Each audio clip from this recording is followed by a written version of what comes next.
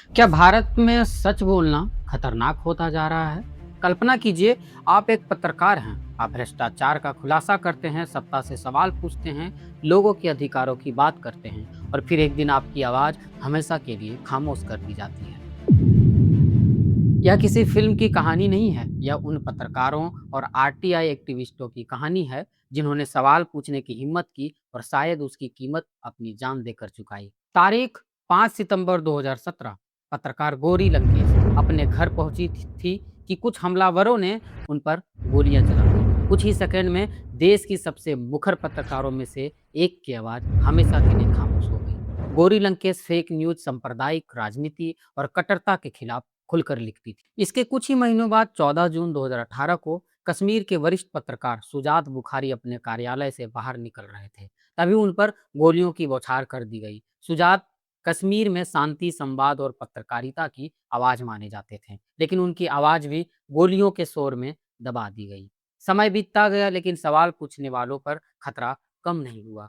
जनवरी 2025 एक नाम अचानक पूरे देश की सुर्खियों में छा गया। मुकेश चंद्राकर, छत्तीसगढ़ के बीजापुर के युवा पत्रकार। उन्होंने एक सड़क निर्माण परियोजनाओं में कथित भ्रष्टाचार और अनियमितताओं को लेकर रिपोर्टिंग की थी। बताया गया कि यह परियोजना लगभग 120 करोड़ रुपए की थी। फिर अचानक मुकेश लापता हो गए। कई दिनों की तलाश के बाद जो सामने आया, उसने पूरे देश को हिला दिया। और उसके बाद क्या हुआ, ये पूरे देश को पता है। आज भी मुकेश चंद्राकर का नाम उस सवाल के साथ लिया जाता है कि क्या भ्रष्टाचार का सच उजागर करना इतना खतरनाक हो चुका है। पत्रकार राजीव प्रताप का मामला भी चर्चा में आया। स्थानीय मुद्दों, प्रशासनिक अनियमितताओं और जनहित के मामलों को उठाने वाले राजीव लगातार रिपोर्टिंग कर रहे थे। फिर उनकी भी मौत की खबर सामने आई। परिवार और पत्रकार संगठनों ने निष्पक्ष जांच की मांग की, लेकिन आज भी बहुत से लोगों के मन में वही सवाल है, क्या सच पूरी तरह सामने आया या यह मामला भी अनगिनत फाइलों में दब गया, जिनका जवाब कभी नहीं मिला। सिर्फ पत्रकार ही नहीं, आरटीआई एक्टिविस्ट भी लगातार निशाने पर रहे हैं। 2005 से लेकर 2025 के बीच करीब 84 आरटीआई एक्टिविस्टों की मौत हुई। इनमें 77 कथित हत्याएं और 7 संदिग्ध आत्महत्याएं शामिल है।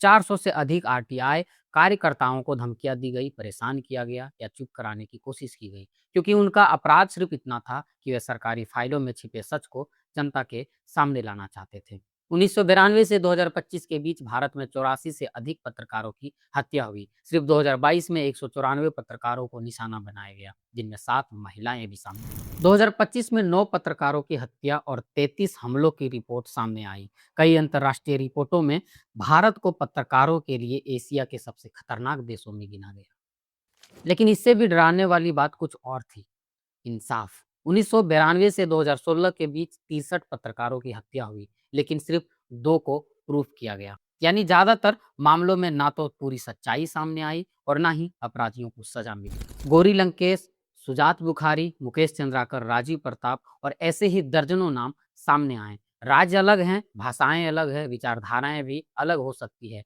लेकिन इन सभी कहानियों में एक बात कॉमन है, इन सभी ने सवाल पूछे थे।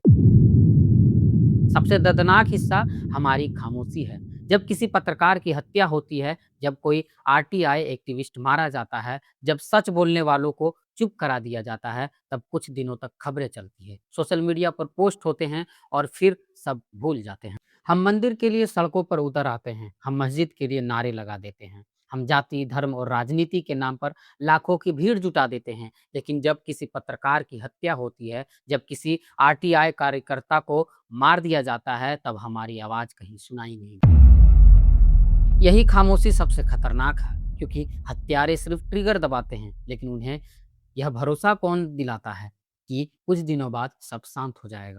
और मुझे लगता है कि इन्हीं कारणों से आज भारत की मीडिया प्रेस फ्रीडम इंडेक्स में 157 नंबर पर है। यही वजह है कि पत्रकारिता का एक हिस्सा धीरे धीरे सवाल पूछने के बजाय सिस्टम और एडवर्टाइजिंग को खुश करने में लग गया है। यही वजह है कि कई मीडिया संस्थानों पर पेड न्यूज़ और प्रोपेगेंडा के आरोप लगते हैं। यही वजह है कि ईमानदार पत्रकारों की संख्या कम नहीं हुई है, लेकिन उनकी आवाज़ पहले से ज़्यादा अकेली पड़ गई है। यही वजह है कि कई पत्रकार सच लिखने से पहले अपने परिवार के बारे में सोचने को मजबूर हो जाते हैं। यही वजह है कि आरटीआई एक्टिविस्ट खुलकर बोलने से डरते हैं। और जब एक समाज अपने सच बोलने वालों को सुरक्षित नहीं रख पाता है, तो धीरे-धीरे झूठ सामान्य हो जाता है। आप इस पूरे मुद्दे के बारे में क्या सोचते हैं?